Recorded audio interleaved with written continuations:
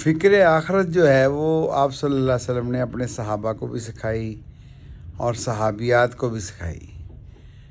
और इसमें जो हुज़ूर सल्लल्लाहु अलैहि वसल्लम की जो मेहनत है, ये ही मेहनत है कि आखिरत की फ़िक्र भी दिलाई, उसकी तैयारी की करने का तरीका भी बताया। औरतें औरतों पर, मर्द मर्दों पर मेहनत करेंगे तो अल्लाह पाक की ये सुन्नत भी है और सहाबा से साबित भी है कि उनको फ़िक्र आखिरत ऐसी हुई कि दुनिया से बेरुग़बती अल्लाह ने नसीब कर दी और दुनिया की तंगियों से निकल गए थे और वो आखिर की वसअतों में दाखिल हो गए थे।